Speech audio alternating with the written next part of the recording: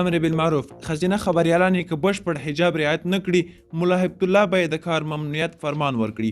سلام ستړي مشئ، وخت مو په خیر پام وکړه د نظم مهم خبر ته دوستانو پوره حل سره ویډیو کې ګورو. که چیرې مو زموږ یوټیوب چینل نوی سبسکرایب کړئ نو په درنښت سره افغان نیوز یوټیوب چینل سبسکرایب کړئ.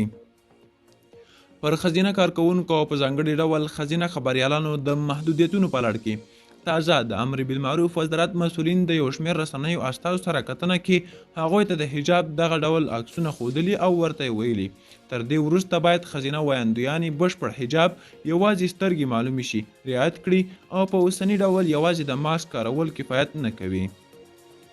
دوی د رسنیو استازو ته د خبرداری ورکړ که رسنۍ یې له غوښتنو سرغړونه وکړي نو ملا هبت الله به په رسنیو کې د ښځینه کارکوونکو پر کار د بندیز فرمان ورکړي او هغه مهال هیڅوک د شکایت حق نه لري.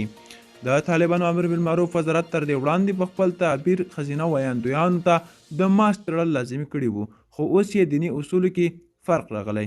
دا و د نورو شمدو کلی خبر. تر بیا ښې چارې ښه وخت.